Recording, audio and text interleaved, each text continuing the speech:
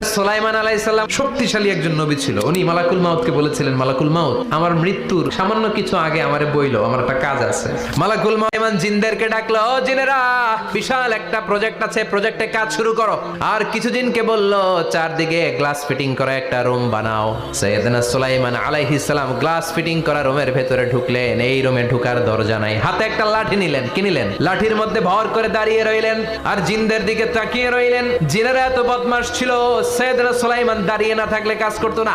সুলাইমান আলাইহিস সালাম লাঠির মধ্যে ভর দিয়ে দাঁড়িয়ে রইলেন আর বললেন, কাজ করো। জিনেরাও কাজ শুরু করলো। ওদিকে মালাকুল মাউত এসে বলে, ও সুলাইমান, সময় তো শেষ। সুলাইমান বলে, সমস্যা নাই, রূহ কবজ করো।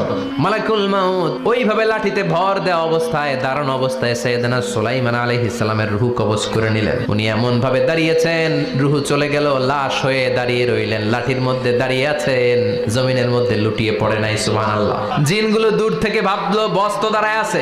জিনেরা মনে করছে বস দাঁড়ায় আছে, কাজ করতেই হবে। করতে করতে পুরা প্রজেক্টের কাজ শেষ। ইন দ্য মিন টাইম ঝিঝি পোকা, উই পোকা, যেই পোকা কাঠ খেয়ে ফেলে, এই কাঠ খাওয়ার পোকা সুলাইমান আলাইহিস সালাম লাঠির ভেতরে ঢুকে লাঠিও খেয়ে ফেলেছে। সাইয়েদনা সুলাইমান আলাইহিস সালাম ধপাস করে জমিনে পড়েছে।